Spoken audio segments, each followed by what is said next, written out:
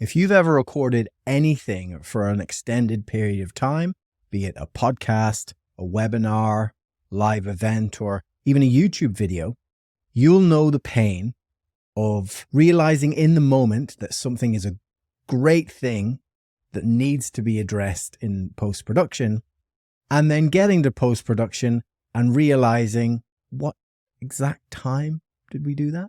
Well, in this video, I'm going to introduce you to an app that's going to make all of that so much easier. The app in question is this, Timecode. So what this app does, it's essentially a timecode device that you can sync up with your recorder and then simply press a button to log key moments in the video. And I'm going to go through a demo and everything else. And at the end of this video, I'm also going to share a bonus tip for you to get the most value out of this awesome app. My name is Tommy Murphy and I produce video content for B2B clients.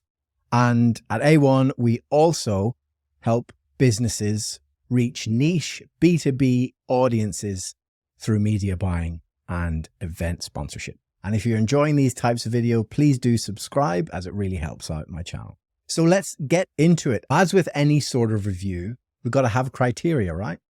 So here's my criteria. I'm going to talk a bit about what the problem that Timecode helps solve, some use cases, talk about the user experience, how it works with the Apple ecosystem. I'm really sorry if you're an Android user, but I am Apple and that is how I experience the world. So I do go in detail about how you can use that if you're in the Apple ecosystem. I'll also go through how much it costs, a bit of the company outlook as well, what their support is like and things like that. And then at the end, I'll go through my bonus tip as well. So the biggest problem I alluded to at the start of this video that Timecode helps solve is when you're in the moment and you're capturing footage and you find that golden nugget, you need to be sure to mark it so that when it gets to post-production and you're in the editing phase, rather than having to aimlessly scrub through the timeline to try and find that golden moment, you have the timecode synced right there. So some of the use cases that you can use this app for. So we do a lot of video podcast production and they can be very long and range anywhere from 30 minutes to an hour and a half to shoot all up. So what I'll do is I'll bring up the Timecode app, make sure I sync it with my Rodecaster that I always use for, I'm even using that right now. And anytime I have a moment that I think this would make a great highlight or this was a mistake, we need to scrub that out, I just press the button and it works perfect. So I think it's probably better to explain it. So what I'm going to do now is bring up the Timecode app on my laptop here so you can see what I'm talking about. So here's the app here. And when you jump in, you will be faced with this screen. I usually use it on my iPhone or my iPad. I rarely use it on my laptop, and I will go into why a little bit later on. But it's a very simple interface. And what you want to do is you want to go up here to the top right corner, and then you're taken to this new log section. So let's say you're recording an event, put your event here, underscore, and then the date. I usually put it in the international format, just so I can reference that later on. You can go into the description there if you'd like. And in terms of editing the timecode, you want to go into this section here, and then you're taken to the option of either doing time of day or setting the clock to 0, and you're given the frame rate.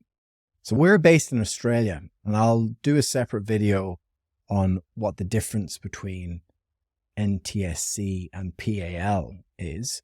But essentially, you want to change this if you are based in Australia or in the UK to 25 frames per second. Because when we shoot video here, we need to shoot it in 25 frames per second because our lights flicker a different frequency and it will cause a sort of flickering effect when the video is turned on a 24 frame per second video.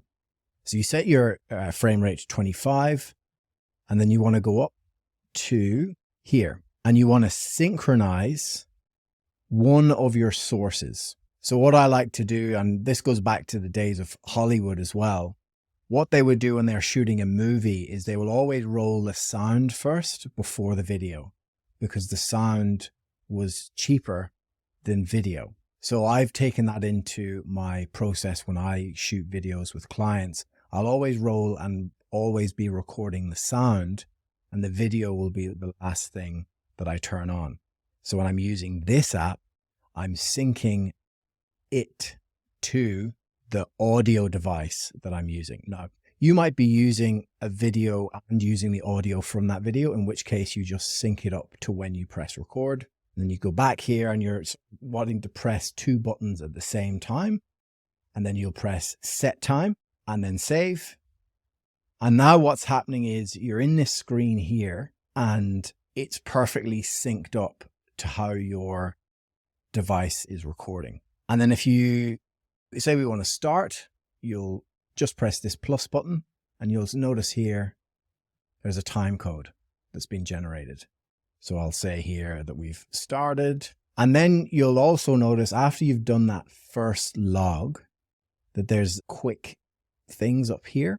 So if you're going to need to stop for any reason or cut, you can just press cut and it will log that time. And then you can also elaborate a bit more, fumble on the words, and so on and so forth. So it's a really simple app to use. And I really think it's worthwhile for anyone who is recording video and audio in particular to use this. Now on to the next part of my review, the good and the bad. So I'll start off with the good. It's really simplistic. It's very easy to use. And it just makes your post-production process so much smoother.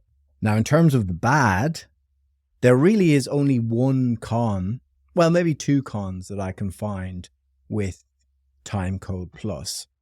And that is on the laptop version, there seems to be a bug where it's not allowing you to delete records or change things around.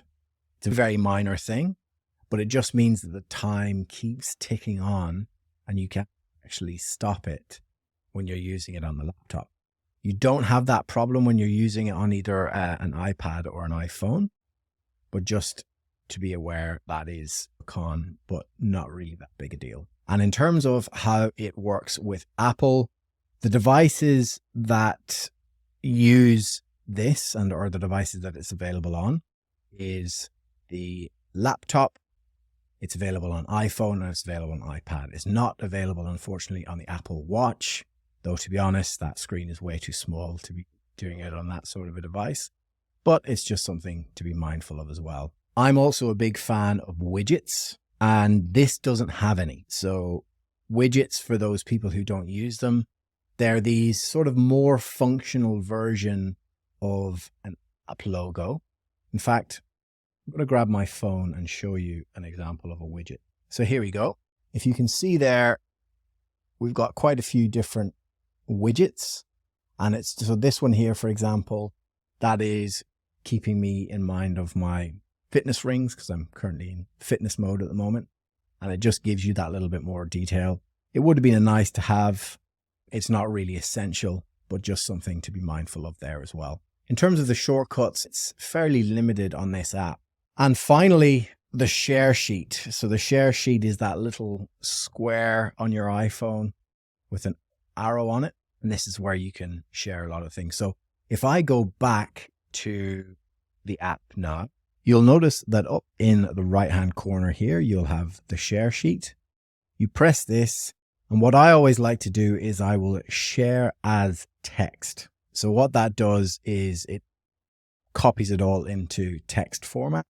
And then from there, I can go and save it in a specific location. So it's really handy on iPhone and iPad in particular, because you can bring in the likes of Google Drive and Dropbox if you use those apps and save it in the relevant folder. So really, really useful and very much something that I use on every shoot or every event that I go to where I have to remember where big talking points are.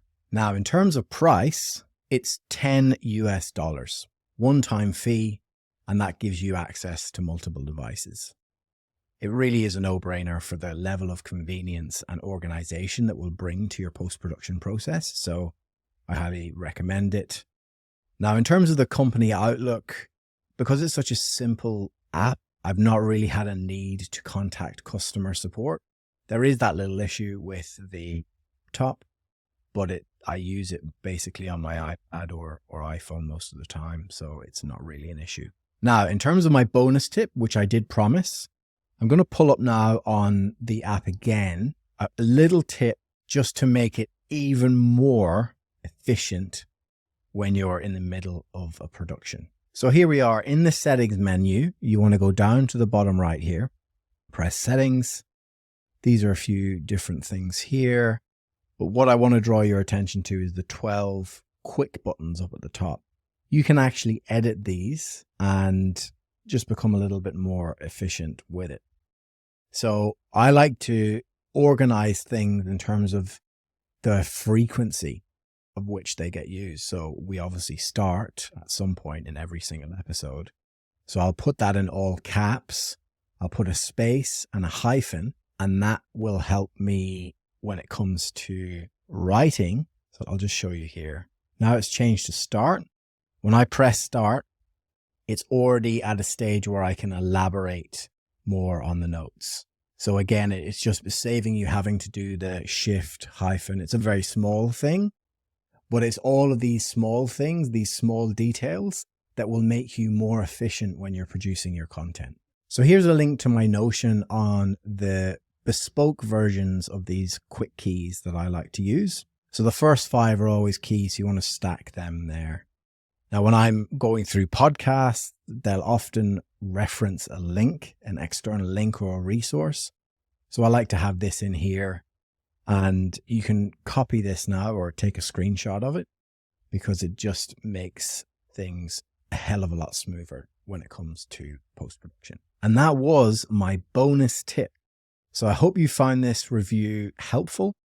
If you've got any questions on anything that you've heard today, leave a note in the comments and I'll be sure to get back to you. Please like and subscribe this video because it really helps the channel and it helps me keep producing this content. So thanks a million for listening. If you've got any questions at all, feel free to reach out. Thank you.